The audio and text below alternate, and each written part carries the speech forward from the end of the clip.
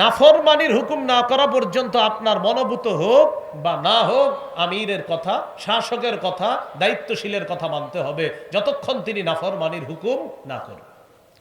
ফাইদা উমিরা বিমাসিয়া, যখন কোন নাফরমানির হুকুম করা হয়, ফালা সামআ, কথা শোনাও যাবে না, ওয়ালা তাআতা, আনুগত্য করা যাবে না। বুঝাইছেন? ইতাআত খালি বললে হবে না।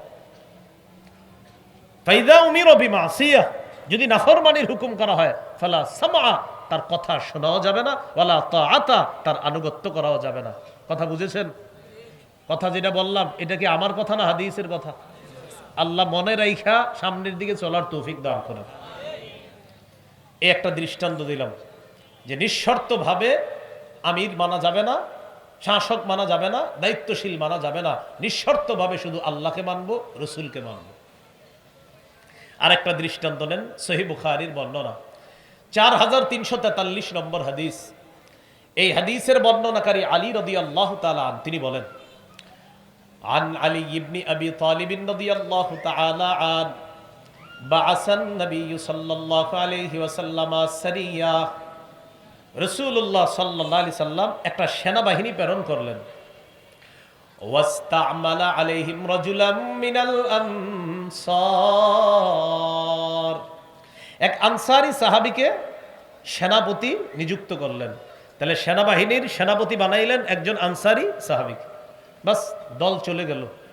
যাওয়ার পর মন দিয়ে শুনেন, ফাগাদিবা, সেনাপতি হঠাৎ তার বাহিনীর উপর কোনো কারণে রাগ করছে। আনসারীকে আল্লাহ রসুল সেনাপতি বানাইলেন, সেনাপতি কোনো কারণে সেনাবাহিনীর উপর রাগ করছে, আপনার ময়দানে গিয়ে রাগ করছে। রাগ করার পর সেনাপতি তাদেরকে বললেন, শোনো তোমরা, আলাইসা কদ আমারাকুমুর রাসূলুল্লাহ সাল্লাল্লাহু আলাইহি ওয়াসাল্লাম আন তুতিউনি, নবীজি কি তোমাদেরকে এই আদেশ করে নাই যে তোমরা আমার আনুগত্য করবা? ক্বালু বালা, সবাই বললেন হ্যাঁ, নবী তো এই আদেশ করেছে, আমরা আপনার আনুগত্য করব। এরপরে ওই সেনাপতি বললেন কি, এক কাজ করো, ইজমাউলি হাতবা, তোমরা লাকড়ি সংগ্রহ করো। তাহলে সেনাপতি রাগান্বিত হয়ে সেনাবাহিনীকে বলল, নবী কি তোমাদেরকে বলে নাই আমার আনুগত্য করার জন্য? সেনাবাহিনীর সবাই বলল হ্যাঁ, নবী বলেছেন আপনার আনুগত্য করতে। সেনাপতি বললেন, ইজমাউলি হাতবা, তোমরা কিছু লাকড়ি সংগ্রহ করে নিয়ে আস। ফাজামাউ, তারা লাকড়ি সংগ্রহ করে নিয়ে আস। লাকড়ি সংগ্রহ করে নিয়ে আসার পর, ভাই ভাই এদিক তাকান মন দিয়ে, খুব গুরুত্বপূর্ণ কথা এটা, এইটা আপনারা মন দিয়ে শোনেন, মুখস্থ রাখতে হবে এই কথাটা। আপনারা কথায় কথায় উলামায়ে কেরামের দোষ ধরেন, এদের মন দিয়ে শোনেন কথাটা। সেনাপতি বললেন লাকড়ি সংগ্রহ করো। ফাজামাউ, সেনাবাহিনীর সবাই লাকড়ি সংগ্রহ করছে। লাকড়ি সংগ্রহ করার পর সেনাপতি আমির সাহেব বললেন, আউকিদু নারা, এই লাকড়িগুলোতে আগুন ধরায় দাও। ফাআউকাদুহা, সেনাবাহিনী লাকড়িগুলার মধ্যে আগুন ধরিয়ে দিছে। আগুন ধরিয়ে দেওয়ার পর এবার সেনাপতি বললেন, উদখুলুহা, তোমরা সবাই এই আগুনের মধ্যে ঝাঁপ দাও। কোথায় ঝাঁপ দাও? আগুনে ঝাঁপ দাও সবাই।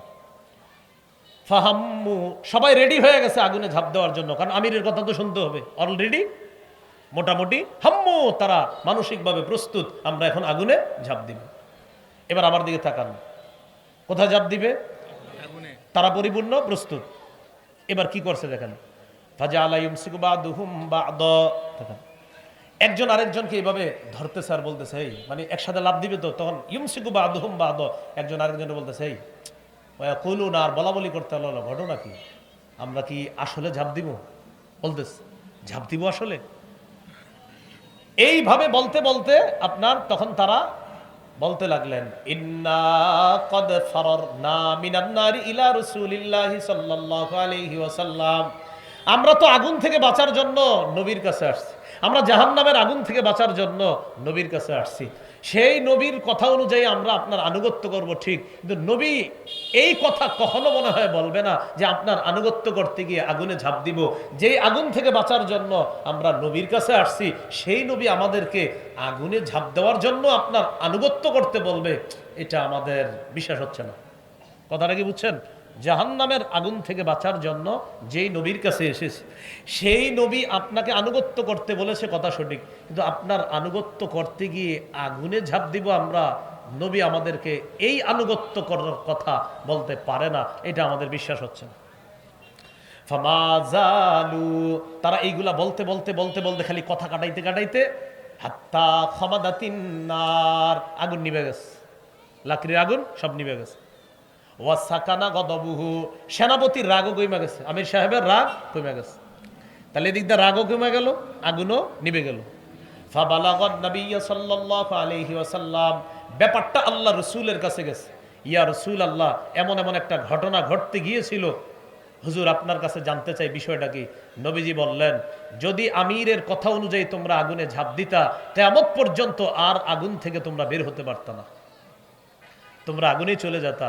পরে রসুল বললেন, শোনো, আমিরের আনুগত্য মানে সব বিষয়ে আনুগত্য করবা এমন না, আত্তাআতু ফিল মারুফ, শুধু ন্যায়সঙ্গত বিষয়ে আমিরের আনুগত্য করবা, নাফরমানির কোনো কথায় আমিরের ইতাআত আনুগত্য করা যাবে না। কি বুঝলেন?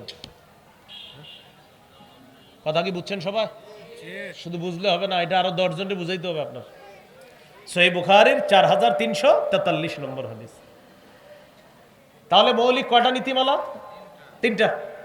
1 নাম্বার, নিঃশর্ত আনুগত্য করা যাবে না, তিনি নাফরমানির কথা না বলা পর্যন্ত তার কথা শোনা যাবে। এই যে আগুনে ঝাঁপ দিতে বলছিল, কিন্তু নবীজি বললেন যদি তোমরা তার এই কথা শুনতা, এটা হতো নাফরমানি, আর এই নাফরমানি শোনার কারণে যদি আগুনে ঝাঁপ দিতা, কিয়ামত পর্যন্ত আগুনই থাকতা, সেখান থেকে আর বেরোতে পারতাম। 2 নাম্বার নীতিমালা, যোগ্যতা কোনো বংশ হবে না, বরং সে যদি দেখতে কালো হয়, সে যদি আল্লাহওয়ালা হয়, পরহেজগার হয়, তাকে তোমরা মেনে নিবা। সহিহ মুসলিমের বর্ণনা 1838 নম্বর হাদিস। ইয়াহইয়া ইবনে হুসাইন রাহমাতুল্লাহি আলাইহি বলেন, সামিআতু জাদ্দাতি তুহাদ্দিসু আন্নাহা সামিআতিন নবী সাল্লাল্লাহু আলাইহি সাল্লাম, আমি আমার দাদিকে বলতে শুনেছি, আমার দাদি বলেন রাসূল সাল্লাল্লাহু আলাইহি সাল্লাম বিদায় হজের ভাষণে খুতবা দেওয়াকালীন বলেছেন, ইয়াখতুবু ফি হাজ্জাতিল ওয়াদা, বিদায় হজের সময় তিনি খুতবার সময় বলেছেন, শোনো, ওয়ালাবিস্তুমিলা আলাইকুম আবদুন, তোমাদের কোনো দায়িত্বে যদি কোনো গোলামকেও দেওয়া হয়, তোমাদের দায়িত্ব ভার যদি কোনো গোলামকে দেওয়া হয়, তোমাদের দায়িত্ব ভার যদি কোনো গোলামকেও দেওয়া হয়, মুসলিমের অন্য বর্ণনা আসছে উদ্দেশ্য হলো আসওয়াদ, কোনো কালো গোলামকেও যদি দেওয়া হয়, ইয়াকুদুকুম বিকিতাবিল্লাহ, যেই কালো গোলাম আল্লাহর কিতাব অনুযায়ী ফয়সালা করে, রসুলের সুন্নাহ অনুযায়ী ফয়সালা করে, ফাসমাউ লাহু, সেই কালো গোলাম, কালো শাসক, কালো দায়িত্বশীলের কথা তোমরা কান দিয়ে শোনো, ও আতিউ, তার কথা তোমরা মেনে নাও। 2 নম্বর নীতিমালা। নীতিমালা নাম্বার 3 বলেন, অন্ধ অনুকরণ করা যাবে না। বলেন,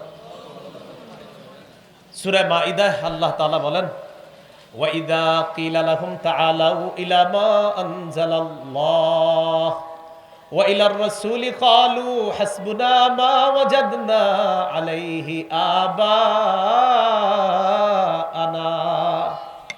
আল্লাহ তাআলা বলেন, যখন তাদেরকে বলা হয়, ওয়াইদা কিলা লাহুম তাআলাউ ইলা মা আনজালাল্লাহ, যখন তাদেরকে বলা হয় তোমরা আসো, ইলা মা আনজালাল্লাহ, যা আল্লাহ নাজিল করেছেন, ওয়াইলার রসুল, রসুলের উপর যা নাজিল করেছেন,